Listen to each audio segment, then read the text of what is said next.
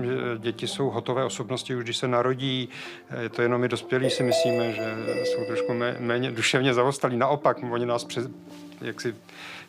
předstihují mnohé. Děti jsou přísné, kruté publikum v tom smyslu, že je velmi snadno ztratíte. Jak se chováte vy k nim, tak se chovají oni k vám a proto mě baví pro ně pořád něco vymýšlet.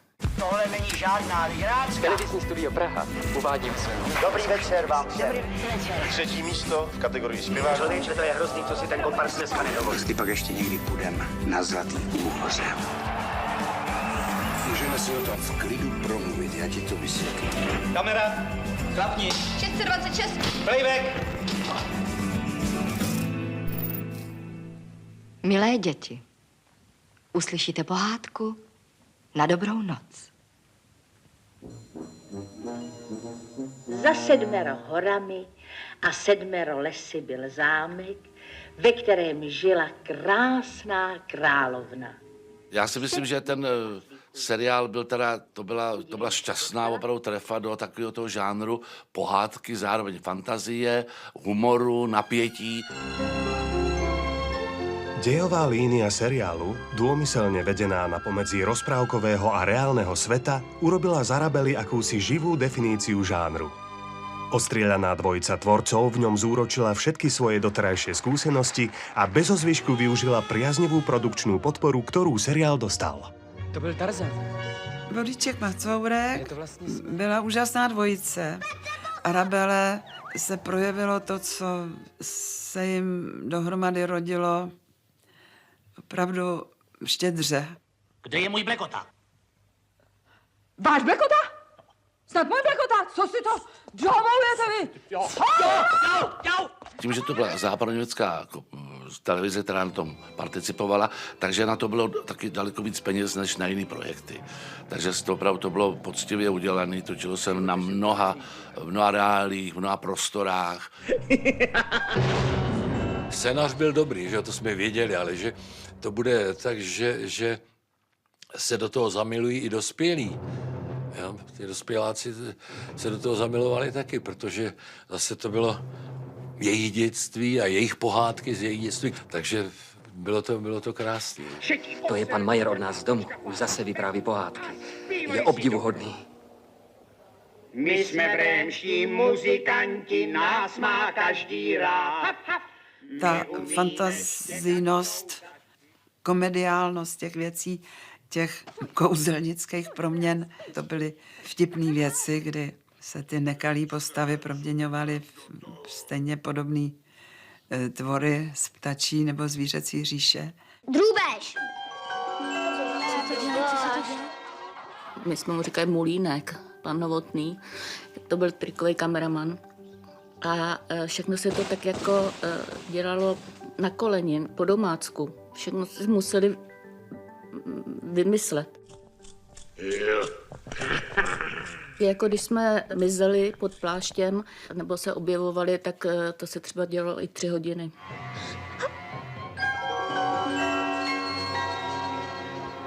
To byl tak dokonalý koktejl, že to vlastně pochopili skoro lidi na celém světě. Dokonce to šlo i v Číně snad, takže jsem zažil i čínský fandy. Mě by zajímal ta čínský dubbing, to mě moc zajímalo. Svetovú slávu si naši tvorcovia ale museli zaslúžiť. Predchádzala jej dlhoročná trpezlivá práca už od 50. rokov. Někdo nám vles na vlnu. Z ní vyhoďte.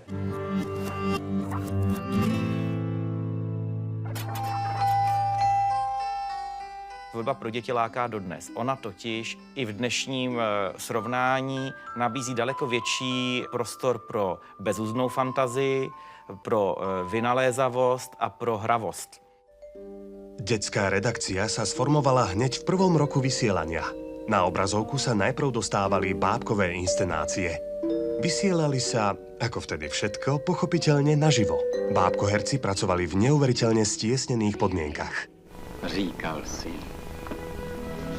to by byla žena pro mne, jenže je velmi vznešená, bydlí v zámku, kdežto já v pouhé krabici a tam je nás 25. Začali vznikať aj prvé televízne filmy, na ktorých sa podieľal výkvet vtedajšej animovanej tvorby. Žádné z císařových šatů neměli takový úspěch. Až přišel průvod k ženě, která vyzdvihla svoje dítě nad hlavu, aby lépe vidělo. Ty scénáře byly vždycky tak dobře vymyšlený, tak rafinovaný, s velkou fantazií, že dítě, to znamená fantazie, která potom u těch dospělých mizí, že jo? Dospělý spadne do toho reálného života, který je nudný a nezajímavý, ale dětský svět úžasný. Ale väčšina tých, ktoré boli aj vynikajúce z výtvarného hľadiska, to keby ste videli, čo vložil výtvarník bábky do toho, lebo nie je bábka ako bábka. Ale výraz, ktorý tam autor vloží, môže tú vec pochovať alebo dieťa odradiť, že je to mechanické. Hoci ja tvrdím, že dieťa bábky potrebuje.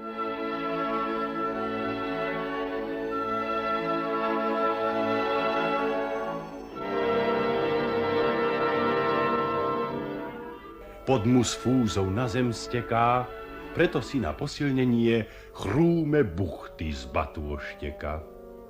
Slovenská televízia, alebo teda Československá televízia Štúdio Bratislava začalo vysielať v novembri 1956. V starom vysielači hore na Kamzíku bolo malé štúdio zhruba 6x6 metrov, ktoré príliš hranej tvorby neumožňovalo, ale to bol celkom slušný priestor na to, aby sa deťom sprístupnili rozprávky vo forme bábkovej inscenácie naživo bez problémov. A tak vzniklo napríklad v televíznom štúdiu Bratislava celá veľká dlhodobá séria, viacročná, veľmi, veľmi obľúbená v tých 60. rokoch, ktorá sa volala Mestečko Pimparapac. Pieseň moju od nedele po nedeľu. To je vlk? Poznám ho? Áno, vlk tlk. Ozaj? Odkiaľ vie, že sa tak volá? Bolo to tam napísané. Aha. Bolo o zvieratkách, ktoré žijú spolu, ale akoby tie zvieratka mapovali životy ľudí. Čiže tie zvieratka mali svojho starostu alebo richtára, ak chcete. Mali svoje bežné susedské problémy. Čiže také pretransformovanie súčasných problémov do ríše zvierat upravené pre detskú dušičku. Zahraj, zahraj kapela, zahraj pekne zvesela, a my celú kapelu zavoláme do keľu. Pre pána barana, predsa ma do toho keľu dostali.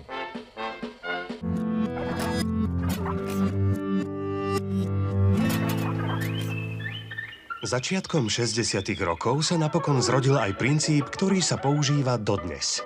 Kombinácia bábok a živého herca.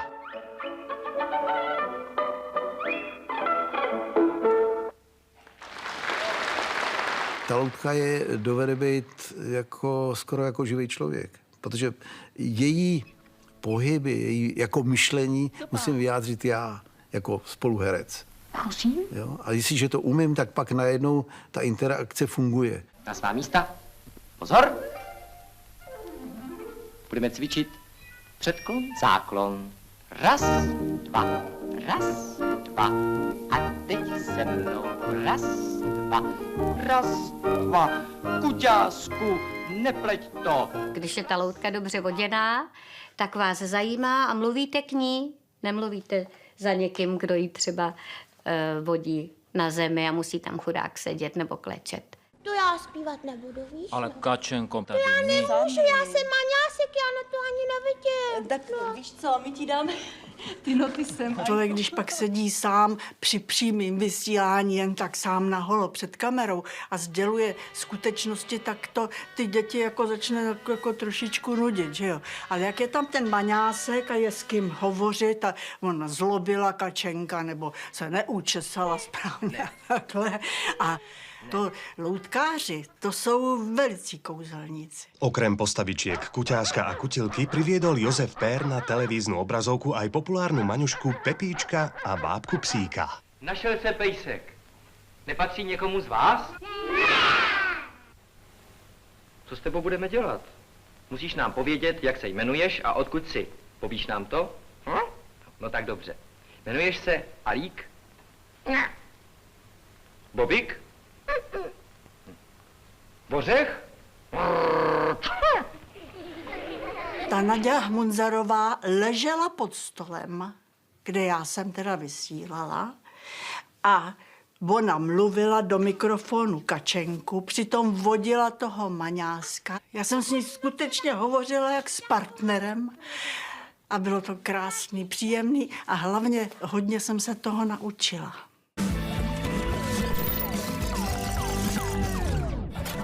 Kdo nám to přišel? Dobrý večer, mistře. Dobrý večer. Tak pojď, Jurvínku, nezlobte se, že jdu trošku pozdě. Ale ne, jaké pak omlouvání, Štěpánko. Jednou jste od televize, tak jaká pak přesnost, že ano, to člověk Ne, chápe. vážně, mistře, dám si protáhlo vysílání. No to nic. Ta Štěpánka opravdu ty děti doslova milovala.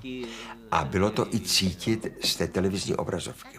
Ona vždycky, když to vím, si to připravovala, ty scénky, tak ona se to doma učila a měla kopii Čertíka, Bertíka nebo Kačenku na psacím stole nebo prostě někde v kuchyni a normálně jako by to s ním si zkoušela.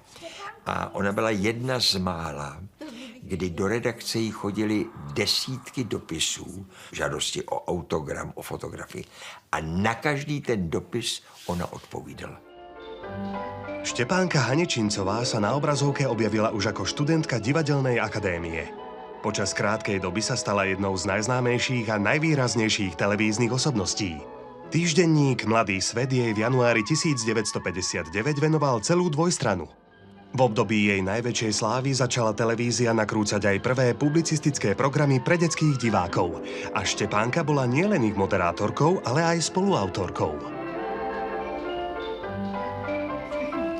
Země je kulatá jako co, Péťo? Jako co? Jako míč.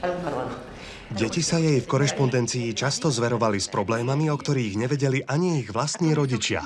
Vo svojich programoch priviedla k dokonalosti vzťah bábka-herec. Co ty tady děláš? Já bych si taky přál pohádku. A co si zač? Čertík. Čertík. Čertík, Bertík. Ona byla nesmírně milý, laskavý člověk a byla vlastně takovým mým vzorem. Neskôr hrala aj v mnohých krátkých štúdiových rozprávkach. Bloudečku, co budeš mít z červeného kvítku, si má nejmladší dcera. Vol si ještě jednou. Ne, tatíčku, žádné okrasy mi nekupuj. Kup mi jen červený kvítek. Zajímavý byl ten seriál v tom, že to bylo několik dílů a hráli to jenom 2 herci. A každý ten herec hrál několik postav. A oni oslovili Štěpánku a oslovili mě. No a při francouzských pohádkách, které byly velmi jaksi populární a zajímavé a povedly se, tak tam jsme se se Štěpánkou do sebe zakoukali. Nepřicházím k vám ve zlém, zdravím vás tímhle žezlem. Jsem tedy vaše paní. No, Štěpánka byla skvělá. Tak pozor, klid, utište se, začínáme. Vždycky, když byla pauza mezi scénama, tak buď se honili mezi sebou, anebo chtěli Štěpánku. Naštěstí nikdo nechtěl mě hrát si a povídat se mnou, nikdo nechtěl Čmaňu, ale Štěpánku. A Štěpánka byla obrostlá dětma, který seděli jí na klíně a drželi jí a měli jí strašně rádi. A teď si všichni poslechneme píseň o simulantovi Honzovi.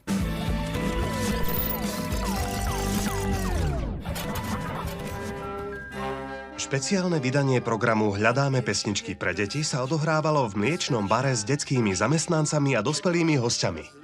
Pesničky, ktoré okrem iného propagovali zdravú výživu, boli prekladané bláznivými situáciami za účasti vtedajších známych tvárí showbiznisu Josefa Zímu, Václava Neckářa, Marty Kubišovej. 1, 2, 3, 4, 5, 6 koktejlů pro dámy a 4 pro pány. Přítomnost té hvězdy, která na chvíli jako přijde, jakoby stvrzuje tu myšlenku a dává jí ještě takový jakoby hvězdný glamour, teda glamour na dobový úrovni, takže to nějakým způsobem si stvrzuje a povyšuje tu pravdu toho pořadu. To okamžik, to nebude bolet. Tak moje dojmy jsou bezprostředně radostné. Prožíval jsem opět po desítkách let radost, vzpomínky na své dětství nebo mládí. Na zdraví. Co to vidím?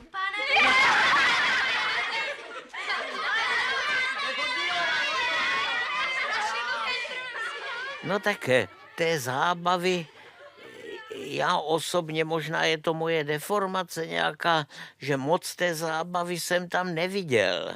Jo, ono jako by je to úsměvný, ale zábavný to moc není. Vlastně. Vezmem kufr, pojedem za polárním medvědem. Vezmem kufr, pojedem za polárním medvědem. Ani ty písničky mě nějak zvlášť nechytli, oni jsou takový kolovrátkový trošičku. Vezmem kufr, pojedem. Prostě jako by tam bylo málo fantazie.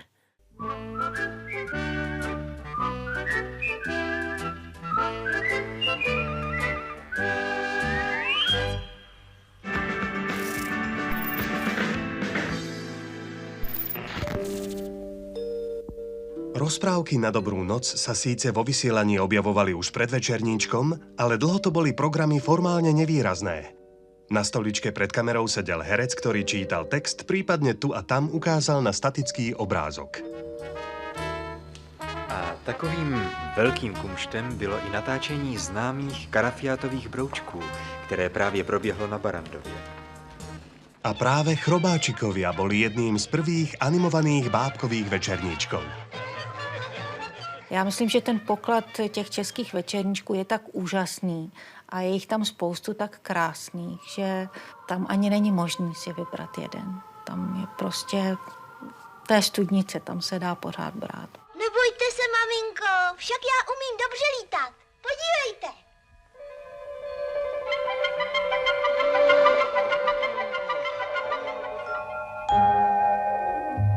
Dobrý večer. Kultovú znielku dostalo pásmo v roku 1965. Výtvarníkom bol Radek Pilař, maliar a dvorný ilustrátor kníh Václava Čtvrtka. Slovenské znielky boli postupne 3. Tú prvú s bábkou Ježka vystriedala na 6 rokov ďalšia bábková znielka od skúsenej zlínskej filmárky Hermíny Týrlovej. V roku 1977 sa potom objavil Deduško Večerníček, ktorý, podobne ako jeho český ekvivalent, nezmizol z obrazoviek dodnes.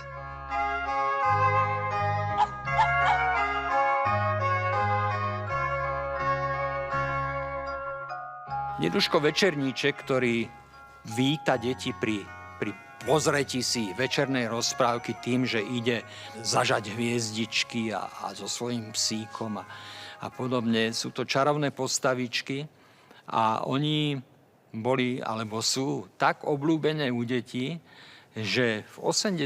rokoch minulého storočia samotné deti totiž si vypýtali vznik televízneho večerníčkovského seriálu, ktorý sa volá V chalúbke a za chalúbkou.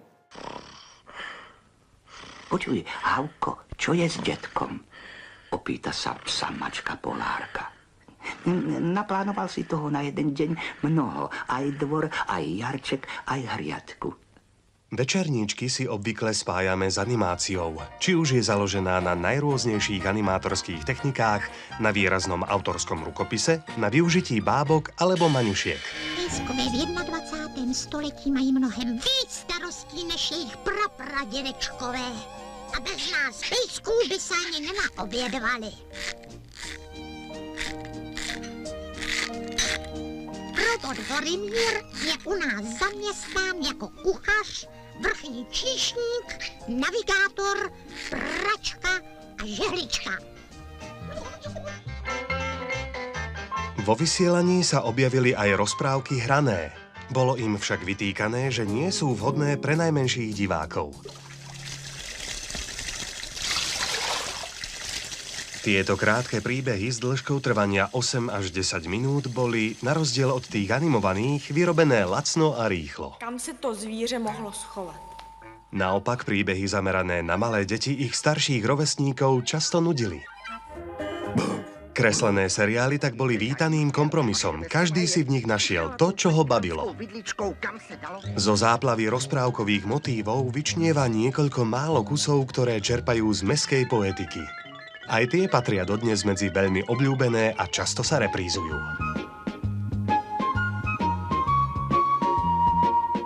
Chceš se svést? Jasně.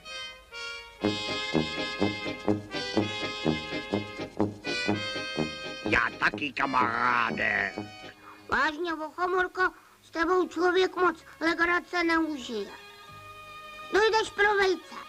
Vejce je šišatý a rádo se směje. To nebyla televize první, kdy jsem použila ten hlas. To mi nabídl rozhlas s panem Hegerem, což byla čest obrovská. Vochomorka s vejcem by to měl už dávno být. A já tam dělala bledě modrýho pejska a tam jsem použila ten hlas. Tedy jakože se Rákosníček jmenuji, zdá se mi, že se dole něco děje. Já jsem si řekla, že děti mají menší plíce a že se nadechují úplně někde jinde než dospělí. Pač nemají tu kapacitu těch plic. No prostě já jsem si to zdůvodnila, ale ničila jsem si hlasivky. Proto dneska už to nedělám, protože už to ani nevytáhnu tak nahoru. Ale myslím si, že to, co po mně tady zůstane určitě, tak to jsou právě ty pohádky, tak ty hlasivky stály za to. Konečně si to taky pochopila. Tak pomoz mi přece. V těch 80. letech mě dramaturgie připadla taková kreativnější v té Bratislavě, protože tam se dělaly samozřejmě kreslené večerníčky nebo s technologií prostě jako ploškovou a dalším, podle mě teda velmi zajímavým žánrem byly pohádky, řekněme, dokumentární, přírodopisné.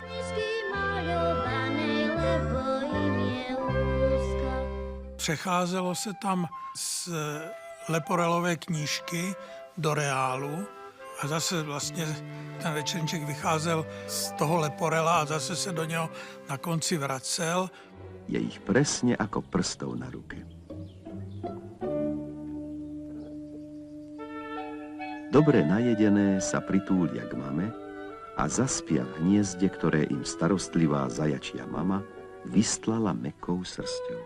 Fenomén toho, povedal by som, folklórneho prístupu námetov v detských rozprávočkách alebo v tých večerníčkovských rozprávočkách v tejto tvorbe na podiv prežil i zmenu režimu. Vznikol nádherný seriál animovaných rozprávok s názvom Jurošík a je to istým spôsobom také zľahčenie tej Jánošíkovskej témy. Je to zbojník Jurošík, ktorý vždy ozbíja o babre svojho zemepána, ale v tom dobrom. Nie je tam nejaké násilie, sú to veľmi milé príbehy. Som strašný zbojník, hraj ruka. A ty si kto? Volám sa Jurošík. Radovan věděl, že ve snu bude zase honit bídáka zloděje a v tom právě spočíval ten jeho nápad. Když jsem pracoval pro televizi, tak jsem říkal, nebylo by špatný udělat večerníček, nějakých těch 7 dílů, ale netušil jsem, co to je za makačku, že to je taková dřina. Přispívat do okna večerníčku je hlavně veliká zodpovědnost, protože právě všechny ty nové večerníčky, trošku se to podobá těm pohádkám. Každá nová pohádka, každý nový večerníček jde do společnosti velmi dobré. S tím byla práce jako na kostele. Prostě tam se nesmělo nic odbít. A ty redaktorky jsou tak přísné a tak zkušené, že ona mi řekla, podívejte se, pane Svěrák, vám ta postavička hned na poprvé něco udělá, to nesmíte. Ona musí mít 3 pokusy a teprve při 3. se jí to podaří. A takovýhle poučky mi dávali a já jsem vypotil Radovanovi Radovánky. To jsem si mohl myslet. Zlý výrostek Hugo. Ale teď bude účtování. Jedným z najúspešnejších, ak nie vôbec najúspešnejším večerníčkovským seriálom na Slovensku je seriál Pásli ovce Valasy, alebo, ak chcete, Kupko s Maťkom. Jednoducho fenomén, ktorý zasiahol x generácií detí. Hádam, nepoznám ani jedno dieťa, ktoré by nevedelo, o čom je reč. A tak Valasy vyumývali seba, ovce i slaninu a pribrali sa jesť.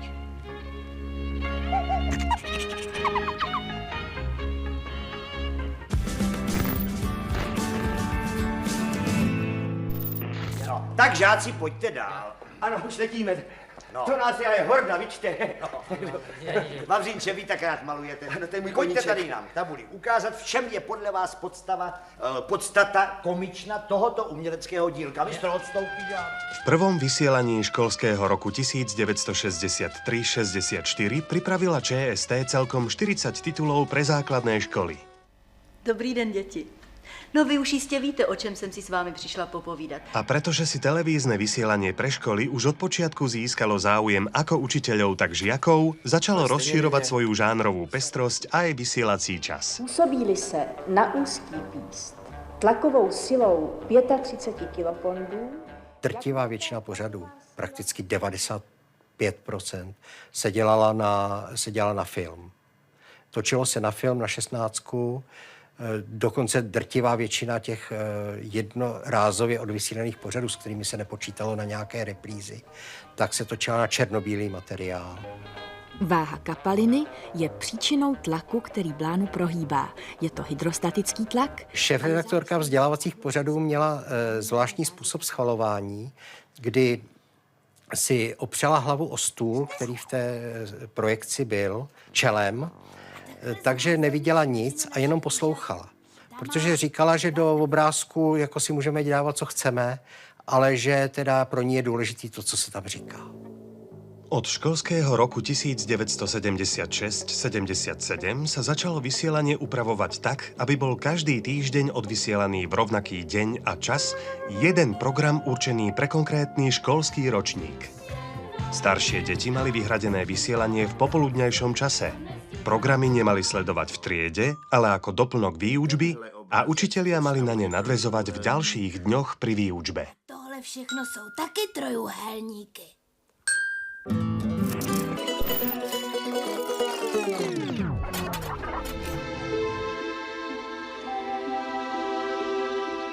Buďme svorní. Mlčenlivost chrání nás.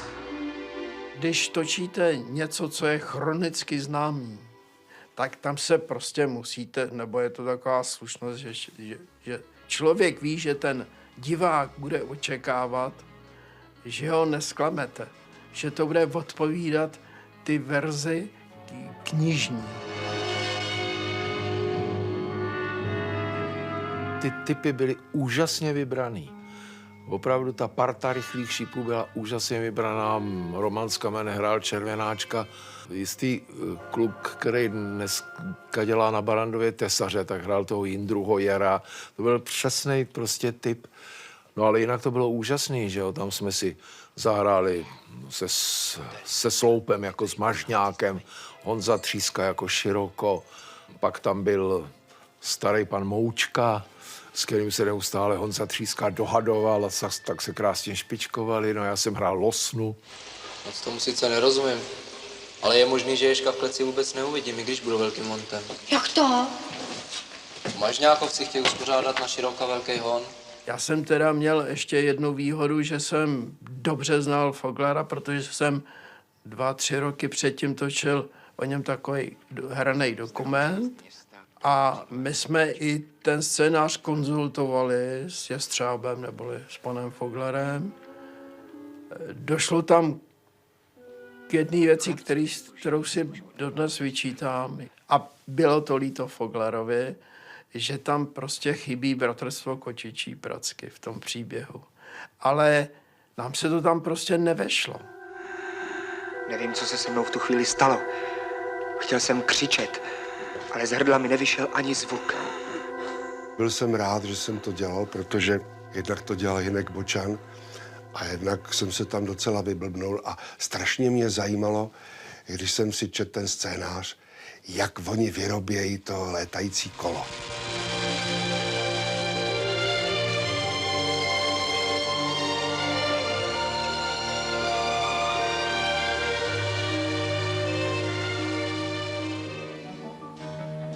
V Prokopském údolí byla ta bitva, kde v těch šípech házeli po sobě mour a sádru a tady to bylo udělané cigorka a mouka.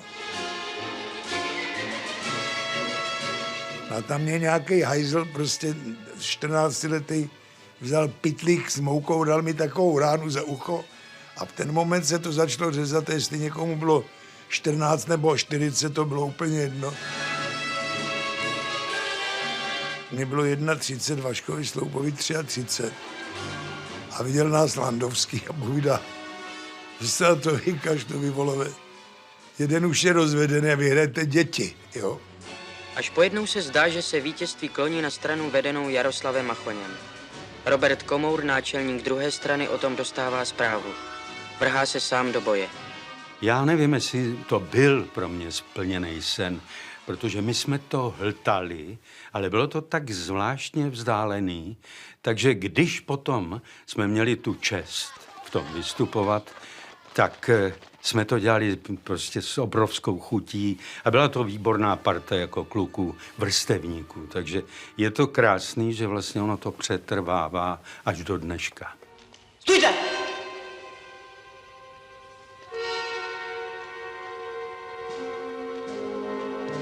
Nahejbejte se!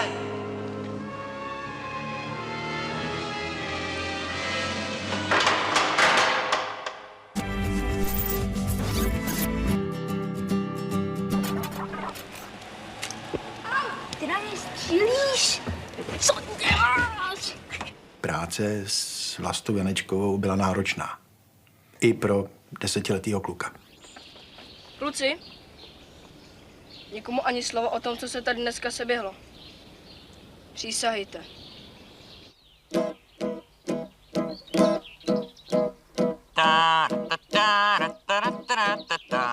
Když hrajete kamarády, tak to děláte pro děti, aby se bavili. A to, že jsem měl tu čest nebo tu možnost v tom hrát, teď já byl podobný kluk a podobný problémy jsme si řešili jako děti. No tak vstávat! Rychle! Mě říkali, že jsem prý nejpřirozenější právě, když jsem za kamerou. Když nejsem ve obraze. Já jsem si vůbec nevšímal, že tam nějaká kamera je. Takže jsme jako řádili, jak černá ruka, ale mělo to svý naprosto přísný pravidla. Kdybyste dneska chtěl natočit tyto kamarády, tak to Česká televize nezaplatí, to je první věc. Druhá věc je, že se všechny ty omšelí domy, ty dvorky, ty zmizely, dneska každý se snaží ten baráček vylepšit, takže bychom těžko hledali klubovny. To by musel být zase nějaký takovej ateliér, jako byla ta 4. Ježišmarja, Martine, jedeš od toho okna. Třetí řada nebyla, protože tam byla podmínka, že bychom museli vstoupit jako kamarádi do SSM. To jsme nechtěli. A hlavně, myslím si, že to nechtěli ten štáb celý se rozhodl, že to prostě nepodpoří a že to dělat prostě nebudeme. Kuchařina se oceňuje na celém světě jako umění. Ale vám je to samozřejmě úplně jedno, že jsem tady udělal co? Trdlovec. Prvá polovica 70. rokov bola veľmi bohatá na tento typ seriálov. Sériám síce stále dominovali štúdiové scény, ale časom predsa len pribudlo viac filmových dokrútok, ktoré obrazu dodali na atraktivite. Tuláku! Kde jste ho našli? Ani se neptejte, až v Rudný, viď? Jedného prázdninového dňa zavítala k nám kozmická návšteva z planéty Gurun Michael. Kľúčovým seriálom tohto obdobia je jednoznačne tento príbeh o dievčatku z inej galaxie, ktoré pristane na Štrbskom plese. No sa povie, návšteva z kozmu. No a nikto mu nechce uveriť. A zdá, dospelý? A títo božne. Seriál Spadla z oblakov bol veľmi významným počinom vysielania pre deti a mládež v tej kategórii pre tie, už nazvem to, staršie deti. Preto už nespadal do kategórie veci, ktoré sa museli predabovávať a mohol byť kľudne na federálnom okruhu vysielaný v pôvodnom znení. Išli sme na výzvedy do lomu. Ak sa nevrátime do 8, sme zajatí. Správne je zajatí. A teraz nie je čas na pravopis. Vyhlasujem mobilizáciu. To byla pro mě vlastně jediná jakási kotva, jediné pouto k pionýrské vlaštovce, protože ten běžel v tomhle pořadu a mě strašně bavil. Byl to celkem vzácný případ sci-fi pro děti. Tak to je kultovka, no. To je, samozrejme, to bol vynikajúci námet, vynikajúco zrealizované. Dnes je to už trošku archaické, ale samotná tá téma, lebo robilo sa viacej veci, také science fiction, že čo ako mohli, ale to, že jak to bolo obohatené o tú konfrontáciu myšlienkovú so zážitkami tých detí, ako to tá postava nevedela z toho iného sveta pochopiť. Čo je to slza? Plač. Čo je plač? Prosím ťa, ty si ešte nikdy neplakala? Tak by sa nepýtala. Plač je keď... Plač je... Keď ťa niečo bolí.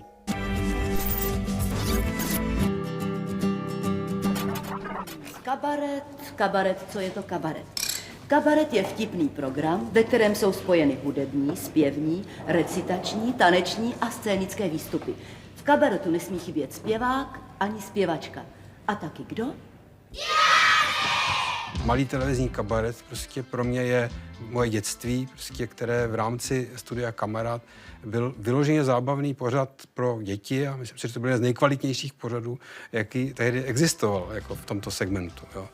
Jirka Adamec, který začínal jako režisér, chtěl, aby to bylo lepší a lepší, tak tam přivedl ještě další lidi, Pepíka Dvořáka, Jitku Molavcovou. A známá firma Dvořáková Molavec, tak to je jasné. A nepletete si to s tou firmou Brouka babka? No dovolte, já tu mám syna. Bylo to zajímavé, bylo to velmi výchovné, že například si pamatuju, že jsme děti učili, jak se chovat ke svým zoubkům, proč čistit zuby. A šlo to udělat i zábavnou formou, takže ty děti se z toho něco dozvěděli a pro jejich životy to mohlo i něco znamenat. Jaký já jsem král? Víš, jestli hodnej nebo zlej? No, jaký myslíte, děti? Jsme to točili před tím dětským publikem, takže my jsme vlastně okamžitě věděli, jestli tohle to zabírá, tohle nezabírá, tohle je blbý, nebo to bychom měli radši vypustit.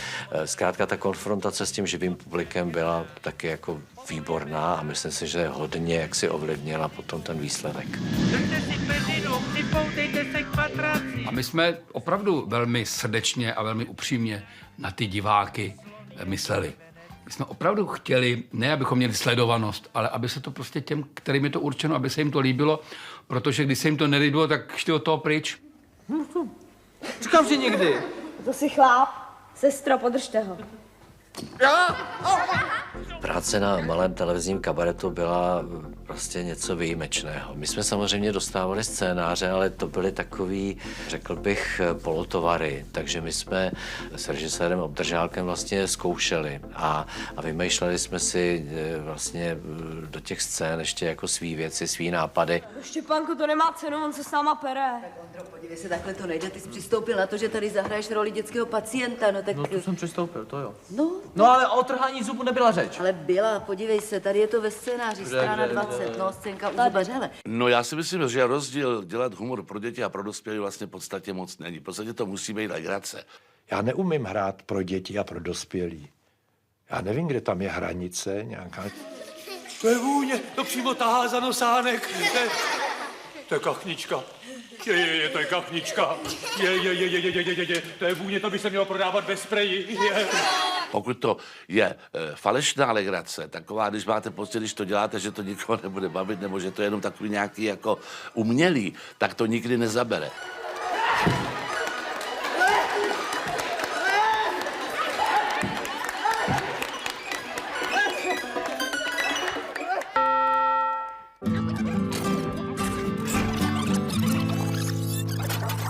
Červenou kravatu, buldoka a ožením se.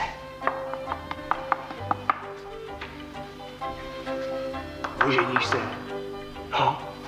Takovou mojí jednou z tehdy velmi populárních rolí mezi zejména dětskými diváky byla role Huckleberryho Finna. No, zajímavý je, že vlastně, když jsem hrál Hucka Finna, tak jsem už nebyl dítě, to už mě bylo nějakých 19, ale ono to snad nějak ani tak tehdy nevadilo, protože jednak jsme vypadali na svá léta velmi dobře, ano, ale no, bylo to tehdy, myslím, velice populární mezi dětma. Pokud já vím, tak čerti se v neděli nevokazujou.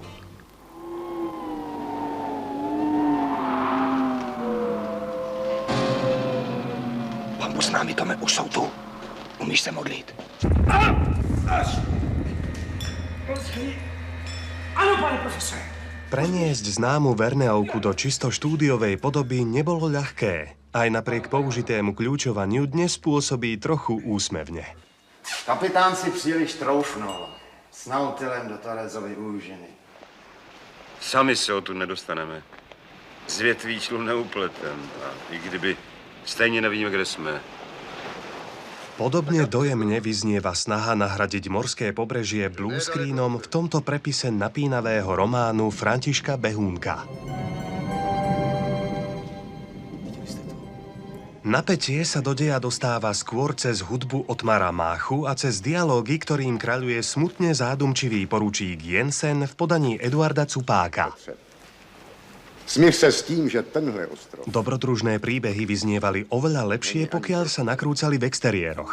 Najnákladnejšia a tiež najvydarenejšia bola televízna Verneovka o súboji dvoch miest.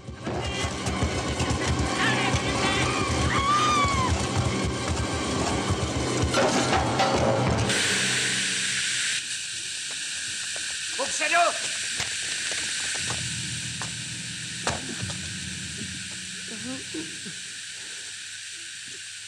Holobraz! Holobraz!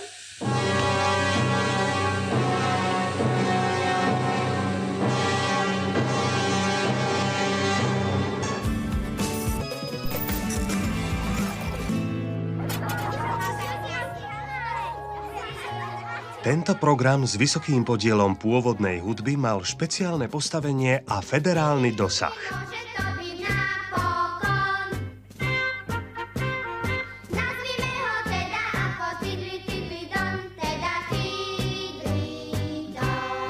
Bol to jeden z cyklov, ktoré sa predávali do zahraničia, hoci len toho socialistického. Predtým, než sa pustíte na ďaleké cesty, musíte čo to vedieť o vesmíre. Ako na mape vidíte, naša planetárna sústava Slnka má spolu 9 planét. Každá z nich má svoje pomenovanie a svoj medzinárodný znak. Hravou formou sa pokúšal približovať rôzne témy zo života. Pracoval vlastne s podobnými prvkami ako kabaret, ale pretože bol do vysielania zaraďovaný každý týždeň, časom sa trochu vyčerpal.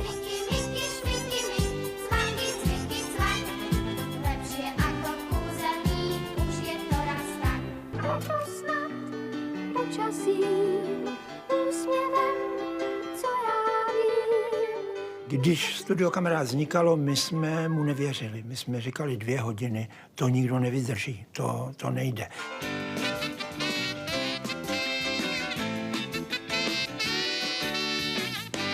V rámci toho pásma byla snaha odbavit velkou žánrovou škálu. Tam opravdu byly malé dokumenty, publicistické příspěvky, reportáže, fejetony, zároveň ale zábava. Anketa o rytířích a bábovkách a nej pohádka. Měly být jakousi televizí v televizi. Rostliny, zvířata, ptáci. V přírodě je všechno v dokonalém poměru. Když poničíme třeba jen jednu její část, má to dalekosáhlé následky. Najednou to byl prakticky největší úspěch, který člověk zažil za tu televizní éru, protože to bylo přijetí jednoznačný. Neschovala se vám nějaká ta malá kulatá hlava pod kabát? No dovolte, kamarádi to vidí tady a vy takhle tady mě tedy skoro celého do naha. A co? Na tělocvik dávají prvňákům jenom takový ty jako dlouhý kaloty, ale jsou krátký takový trenýrky. No a vy si tady stěžujete. Studio Kamarád jednak přineslo ty loutky, mapeťáky, řekněme podle vzoru Sesame Street, který ale zase výtvarník Standa Holý se zmocnil toho předobrazu a udělal z toho ryze svébytní postavy, který najednou žili vlastním životem, měli svoji poezii a svůj humor. Já vás to jste přehnal.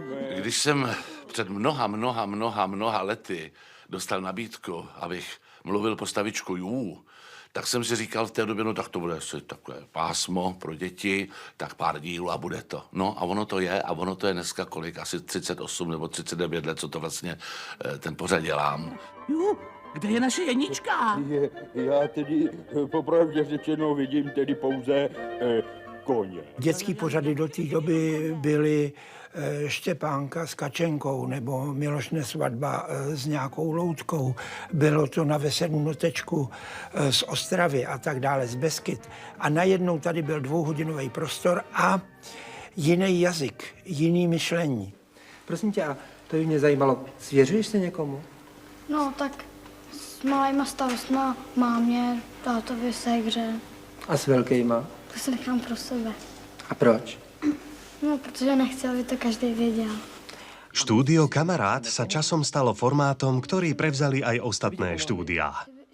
Na Slovenskom okruhu sa každú nedeľu vysielalo pásmo Filmárik a Filmuška. Pre všetky deti, ktoré majú už postielky vyvetrané a poustielané a hračky pouspávané, vlastne poukladané a všetko poupratované, pre všetky tie deti sme pripravili pekné rozprávky.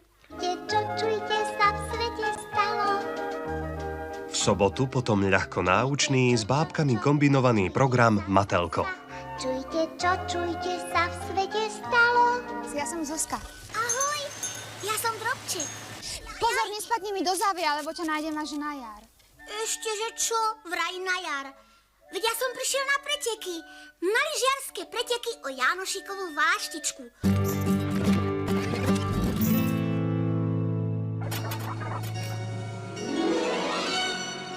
V určitom období sa v československej televízii mimoriadne darilo žánru rodinných seriálov s fantazijnými prvkami.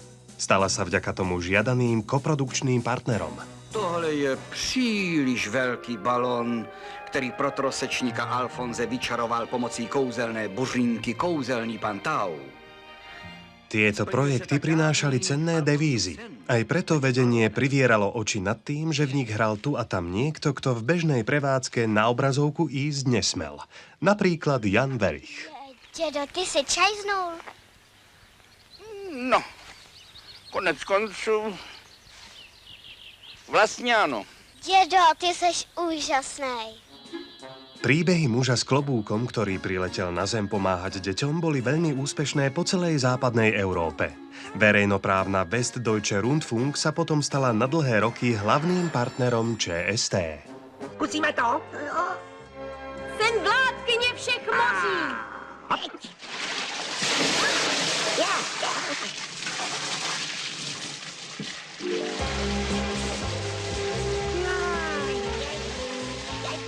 Situačný humor, konfrontácia reality s fantáziou či sveta detí so svetom dospelých boli typické ingrediencie, ktoré povznášali československú tvorbu nad všeobecný priemer. Co tu děláte, paní? Do dneška se Létající Čestmír promítá a do dneška má úspěch a vždycky přesně Václav Orlíček věděl, co chce, jak to má být a probíhalo to v úžasné pohodě. Jeden z vás ukradl ze zborovny na slouchátko a dal ho do kapsy jistého županu. A teď jsem v očích celého učitelského sboru tím zlodějem já. A to jenom proto, že jsem se přimlouval, abyste to dostali zpátky. Šamánek umí, ale co ty, Kamna? Nejspíš se jdou trochu projít, pane řediteli. Ty seriály byly fantastický, famózní a často se klade otázka, jak je to vlastně možné, že všechny ty seriály, které tenkrát vznikaly, měly tuhle úroveň. Jestli to je otázka tvůrců, který se tehdy vzácně sešli a dneska takovou kombinaci tvůrců nemáme, nebo jestli je zatím něco jiného. 2484. Teď jsem se narodila.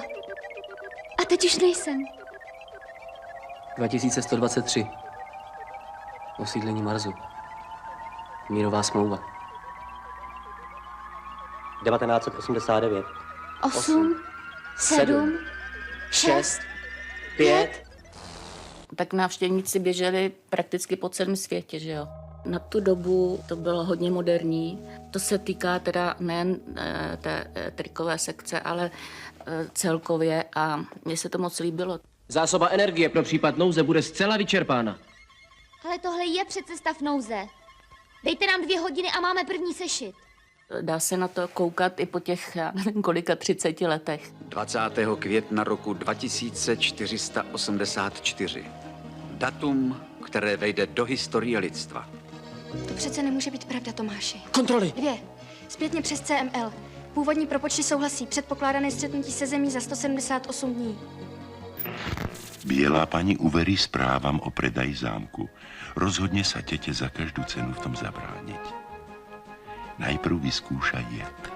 Tento pokus však prekazí nečakaný príchod ohnivého muža Sepa.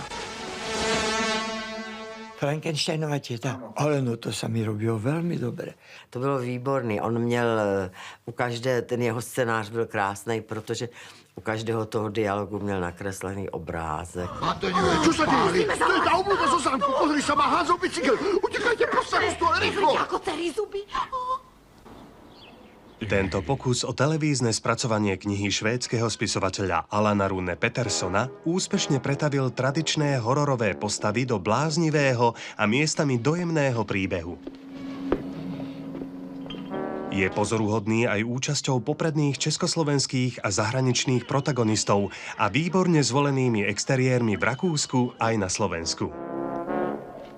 To financovali Němci, dokonce mi dali vybrat zámok. Býval som v hoteli na námestí, ktoré premenili na dekoráciu a že som vyšiel na balkón a mohol som z balkónu režírovať, keby som bol chcel. No, to boli tam peniaze německé. Robíme to, čo ma baví. Já musím říct, že on to měl všechno naprosto perfektně připravený. Drákula z hradu padá nebo letí, že to všechno technicky ve studiu se dělalo a já jsem na to jenom zírala, co ta technika dokáže, že? Kára, čo to má znamenať? Mama. Táto príšera sa opovážila ťa poboskať. Prosím ťa, mama, neuraj. Klárina matka nemá zmysel pre podobné prejavy sympátie. To bol skvelý žáner a unikátny žáner československý v tých časoch, si dovolím povedať. Lebo bol inteligentný, lebo mal veľmi kvalitný humor, mohli to vidieť deti a pritom to malo to svoje fantaskno a tak ďalej. To bola československá špecialita.